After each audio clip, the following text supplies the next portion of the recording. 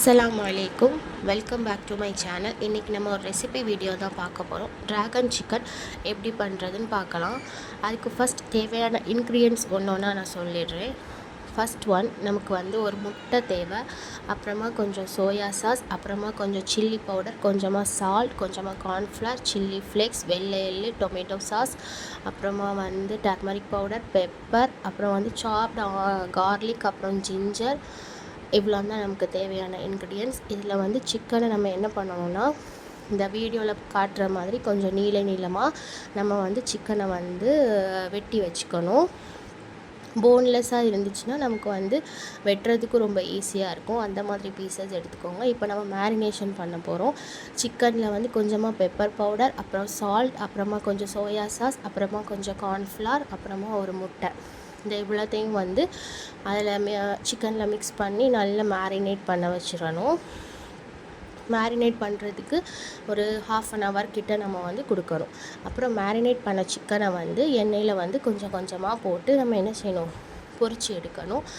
அந்த பொரித்து எடுத்த சிக்கனுக்கு அப்புறமா நம்ம என்ன செய்யணும்னா, அடுப்பில் இன்னொரு கடாய் வச்சு அதில் கொஞ்சமாக எண்ணெய், அப்புறமா கொஞ்சம் முந்திரி இதெல்லாம் போட்டு கொஞ்சம் வறுபட்டதுக்கு அப்புறமாட்டு கொஞ்சமாட்டு நம்ம வெட்டி வச்சோம்ல சாப்டு ஆனியன், அப்புறம் சாப்டு கார்லிக், அப்புறமா சாப்டு ஜிஞ்சர், இந்த இவ்வளோத்தையும் போட்டு நல்லா வதக்கணும்.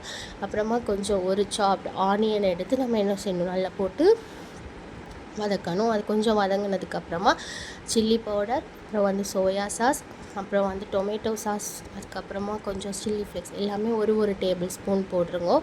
அதுக்கப்புறமா கொஞ்சம் சில்லி சாஸ், இந்த இவ்வளோத்தையும் போட்டு நல்லா வதக்கணும். தேவைன்னா அதுக்கேற்ப நீங்கள் போட்டுக்கலாம். இந்த இவ்வளவும் நல்லா வதங்கினதுக்கப்புறமா கொஞ்சமாக பவுலில் கார்ன்ஃப்ளவரை கரைச்சி எடுத்து ஒரு திக்னஸ்க்காக வேண்டி நம்ம என்ன செய்யணும், அதையும் நம்ம அதில் மிக்ஸ் பண்ணிவிட்டு, அப்புறமா பொரித்து வச்ச சிக்கன் அவ்வளோத்தையும் என்ன பண்ணணும், அந்த மிக்ஸ் பண்ணி வச்சுருந்தோம்ல மிக்சர், அதில் நம்ம கொட்டிடணும். அதுக்கப்புறம் அந்த மிக்சரை நல்லா சிக்கனில் படுறது மாதிரி நம்ம நல்லா கலந்து விடணும். ரொம்ப கட்டியாக இருக்குது அப்படின்னா கொஞ்சம் நம்ம என்ன செஞ்சுக்கலாம், தண்ணி விட்டுக்கலாம். அதுக்கப்புறமா கொஞ்சம் வெள்ளை எள்ளு எல்லாம் போட்டு என்ன செய்யணும், நல்லா மறுபடியும் நம்ம என்ன செய்யணும், நல்லா பரட்டி எடுக்கணும். அது மட்டும் இல்லாமல் வெள்ளை எள்ளு போட்டதுக்கப்புறமா கொஞ்சம் ஸ்ப்ரிங் ஆனியன் போடணும். இப்போ எங்கள்கிட்ட ஸ்ப்ரிங் ஆனியன் இல்லாததுனால நாங்கள் மல்லி இலை யூஸ் பண்ணியிருக்கோம். இப்போ உங்கள்கிட்ட ஸ்ப்ரிங் ஆனியன் இருந்துச்சுன்னா நீங்கள் அதை மேலே மல்லி இலைக்கு பதிலாக நீங்கள் அதை யூஸ் பண்ணிக்கலாம். இவ்வளோ தான், ரொம்பவே ஈஸியும் அப்புறமா டேஸ்டியுமான ட்ராகன் சிக்கன் எங்களோட ஸ்டைலில் நாங்கள் ரெடி பண்ணியிருக்கோம்.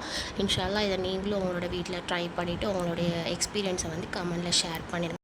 மறக்காமல் யான் கிச்சனை லைக், ஷேர், சப்ஸ்கிரைப் பண்ணிடுங்க. தேங்க்ஸ் ஃபார் வாட்சிங். நெக்ஸ்ட் வீடியோவில் பார்க்கலாம் இன்ஷா அல்லாஹ்.